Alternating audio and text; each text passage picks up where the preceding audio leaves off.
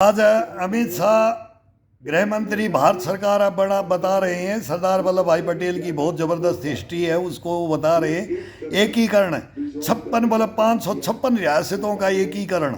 सरदार वल्लभ भाई पटेल हैदराबाद आज ओएनजी साहब ललकार रहे हैं। हैदराबाद नवाब को जब सिलेंडर करवाया तो बाथरूम में बैठ गए थे, चाचा नेहरू का फोन आए तो बता देना है कि बाबूजी के पेचिश लगा हुआ है, नहीं तो ये रुकवा देगा। अरे क्या क्या कहानियां हैं, वो देखो, वो सेनाएं लड़ी थी उसमें देखो। हमारे को तो हमारे पूर्वज वो बताते थे रे, ये क्या वो क्या ये नहीं होता ना। तो आज़ाद होने के बाद में भी गांधी नेहरू जिन्ना ने वो कर दिया था कि इस देश को बर्बाद कर दिया था। इसके और पता नहीं कितने टुकड़े, हिंदुस्तान रहता ही नहीं, नाम ही नहीं रहता। ये कहाँ गलियारा रास्ता दे रहे थे, अटक से कटक दे रहे कहाँ जूनागढ़। अभी अमित शाह भी बोल रहे हैं, गृह मंत्री साहब भी बोल रहे हैं कि भाई ये वार कहाँ इनका मान सम्मान। फिर नरेंद्र मोदी ने कैसे लो मांगा रेवाड़ी के अंदर, कहाँ ये सेना की। अब वही तो मैं बोल रहा हूँ कि हम भी आपको कुछ देना चाहते हैं, तो वो कुछ देना चाहता हूँ, फाड़ देगा इस हिंदुस्तान को। वो कुछ दूंगा नरेंद्र मोदी मैं तेरे को, वो हड़ में वो पणिहारी दूंगा तेरे को। चने बोते थे जब इस सीजन में, हम उस जमीन को फाड़ करके 50-50 केजी के 40-40 केजी के ढेले फाड़ते थे चिकनी मिट्टी में, सब चने बोते थे तो वो इतने जबरदस्त होते थे। वो पणिहारी कुछ वो लोहार पीटते थे हमारे जो महाराणा प्रताप की सेना के अंदर, उनको जगह नहीं दी इसने। इस आज़ाद हिंदुस्तान ने, इस लोकतंत्र, इस संविधान ने, वो गडरिये लोहार मर गए, वो गाँव में पानी मांगते मांगते मर गए। अनाज रोटियां अनाज वो गांव में गडरे वो लेकर के गाडे, लोहार गाडे बोलते थे हम। और वो कभी महाराणा प्रताप और चित्तौड़ की सौगन गलत पे नहीं कर लेते थे, चित्तौड़ करते रहे। लेकिन उस चित्तौड़ के ओरिजिनल सेना महाराणा प्रताप, महाराणा शिवाजी कौन थे, उनकी सेनाओं के साथ में इन्होंने क्या किया, 2013 में क्या किया इन्होंने हिंदुस्तान में। हर चौक पे देखो इंदिरा गांधी, नेहरू, राजीव, संजय, ये मतलब जो अपना ही परिवार को इस हिंदुस्तान में हम ही राजा रहेंगे, ये तो कांग्रेस का मोटो है। चलाया इन्होंने और अब भी चला रहे। उधर लालू का है, उधर फारूक अब्दुल्ला का है, इधर मुलायम का है था, अभी बेटा रह गया, मुलायम जी तो गए। उधर फिर कोई वो गुलाब सिंह और ये थे, फिर ये करण सिंह और ये थे वो डोगरा के थे। ये सारे एक एक राजा, ये राजा तो दिल्ली में लुटियन जोन में बैठते हैं। वो कहीं से ना जीते, किसी को ठा करके कहीं से जिताते, वहां उनको कोई नहीं पूछता। गुलाम नबी आज़ाद को मैं ये स्कूल में पढ़ता था, गुलाम नबी आज़ाद की स्कूल में हमारा कैंप रख दिया गया, कॉलेज में भदरवा में। मैं यहाँ पढ़ा था, यहाँ गुलाम नबी आज़ाद के बारे में बात करते तो बोले वो तो दिल्ली का है, बोले यहाँ कोई नहीं पूछता, वो तो कांग्रेस का पिट्ठू है। फिर वो कांग्रेस का पिट्ठू बताते बताते जिंदगी निकाल दिया, लास्ट में उसको भी निकाल के बैठा दिया अमरूदों के बाग में। फिर वो बैठ करके इंटरव्यू दो आप जम्मू में। तो जिसने जान दे दी इस कांग्रेस को बनाने में, ये करने में, उनको तो फिर ये लात मारते गए। कैप्टन अमरिंदर सिंह इनके लिए नोट बांटता था, उसको बैठा दिया। कहाँ बैठा दिया, फिर पटियाला हाउस में तू बैठ जा भाई, पटियाला हाउस में, वो पटियाला के महल में ही बैठ जा, तुम तो राजा हो यार, कांग्रेस में जरूरत नहीं है, हमारे से ऊपर की नहीं जा सकती। फिर सिंधिया परिवार को पहले सिंधिया परिवार की भी कहानी है, फिर आगे सुधरे तो ये, फिर बाप कहाँ था, फिर बेटा कहाँ था, बुआ कहाँ थी, फिर सारा इनका इतिहास है। फिर ये खानदान तो आएंगे ही। फिर मुलायम सिंह का मुल्ला मुलायम आएगा, और फिर शेफई आएगी। वो बोल रहे हैं ना, नाचता कौन था, नचाता कौन था। अब ये नरेंद्र मोदी को नचाने की बातें कर रहे हैं। अब ये छोट भैया नेता बन गए, ये राहुल गांधी, ये अखिलेश, ये सारे जितने भी है ना, तेजस्वी, ये सारे छुट भैया से नेता बन गए।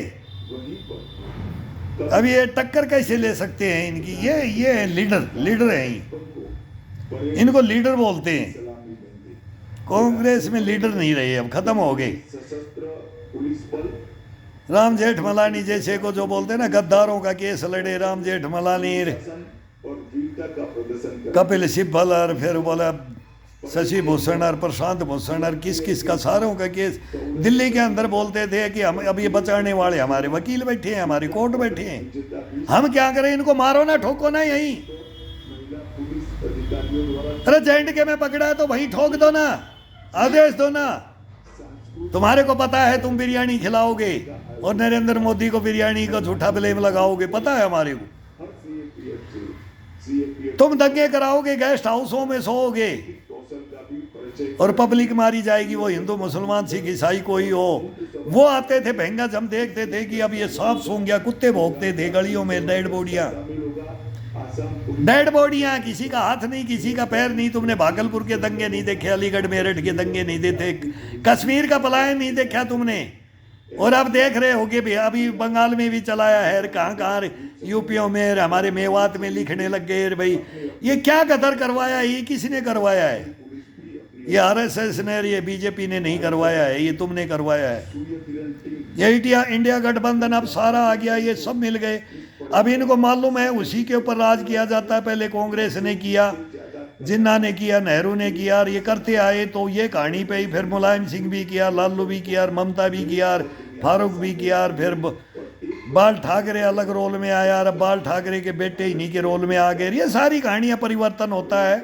अब ये लठबंधन और गठबंधन और ये सारे सब धनाढ़े हैं, सब एक से एक खानदान है। पहुंचे भैया, हस्तियां बढ़ गए, अब सब मिलकर के अब बोलते हैं नरेंद्र मोदी को, इनको अमित शाह को, इनको घेर लो। अब इस हिंदुस्तान को घेरोगे नहीं तो फिर हिंदुस्तान किसी के काबू में नहीं आएगा, और हिंदुस्तान की जनता काबू में नहीं आएगी तुम्हारी।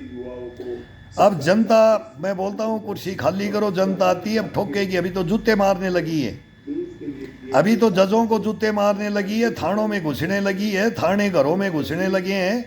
अभी तो शुरू हुआ है, अभी तो शुरू हुआ है, होगा और होना चाहिए, और दूध का दूध, पानी का पानी होना चाहिए।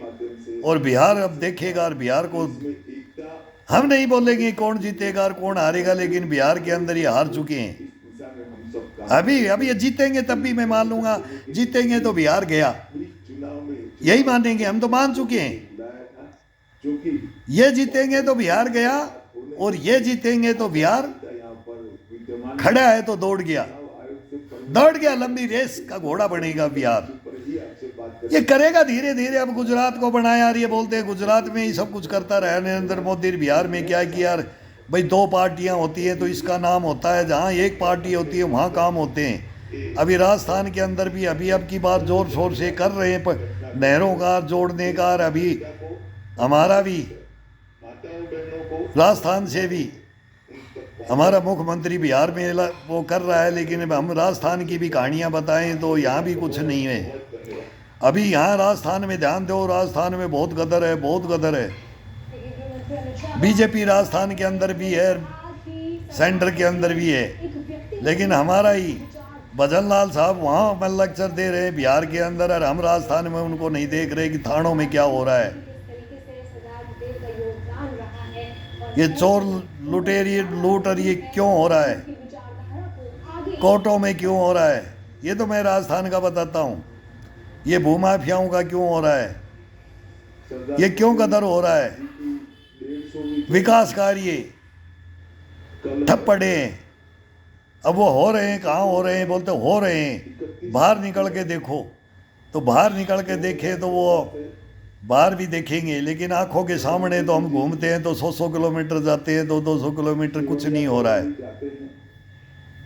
तो ये देखेंगे, सबको देखेंगे कौन कितना करते हैं। लेकिन हमारे राजस्थान को भी ऐसे ही छोड़ा जाता है कि एक बार इनको और एक बार इनको, एक बार ये लूटो और एक बार ये लूटो। कभी तो 15-20 साल रहने दो, तब पता चलता है।